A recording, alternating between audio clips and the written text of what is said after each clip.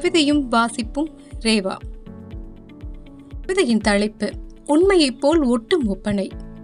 எதை கொண்டும் தொடங்கிவிடலாம் எனும் போது எதிர் இருப்பது எளிதாகிறது.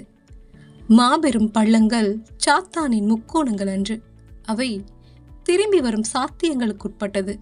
தொலைதல் கணம் கண்டுபிடிக்கப்படும் போது கண்டுணர்கிறோம் உண்மைக்கும் பொய்யுக்குமான நூலளவு பேதங்களை. நூல் பொம்மையின் இருப்பென ஆட்டங்கள் ஆட்படுகிற ஆள் அளவே அசைவிற்கும் அசைவின்மைக்குமான நாடகம்.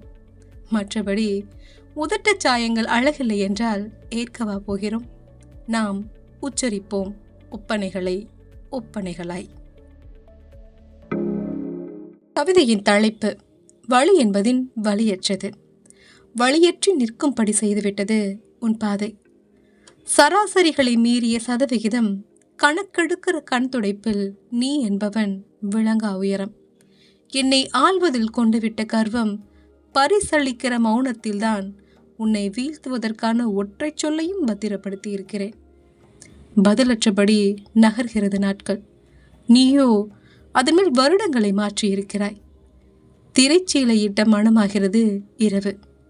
தெளிவற்ற அதன் மேல் விழும் உன் வெளிச்சம் பெரிதாக்கி காட்டுகிறது எதையும்.